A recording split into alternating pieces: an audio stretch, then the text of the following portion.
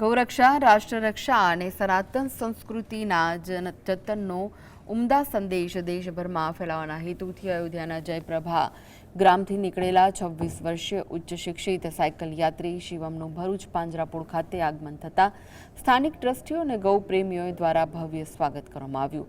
ગત 22 જૂન 2024ના રોજ અયોધ્યાથી પોતાની સાહસિક યાત્રાનો પ્રારંભ કરનાર આ યુવાને અત્યાર સુધીમાં 16,000 કિલોમીટરથી વધુનો કપરો પ્રવાસ ખેડીને ભારત ભ્રમણના પોતાના નિર્ધારિત લક્ષ્ય તરફ મક્કમતાપૂર્વક આગળ વધવાનું લક્ષ્ય રાખ્યું છે.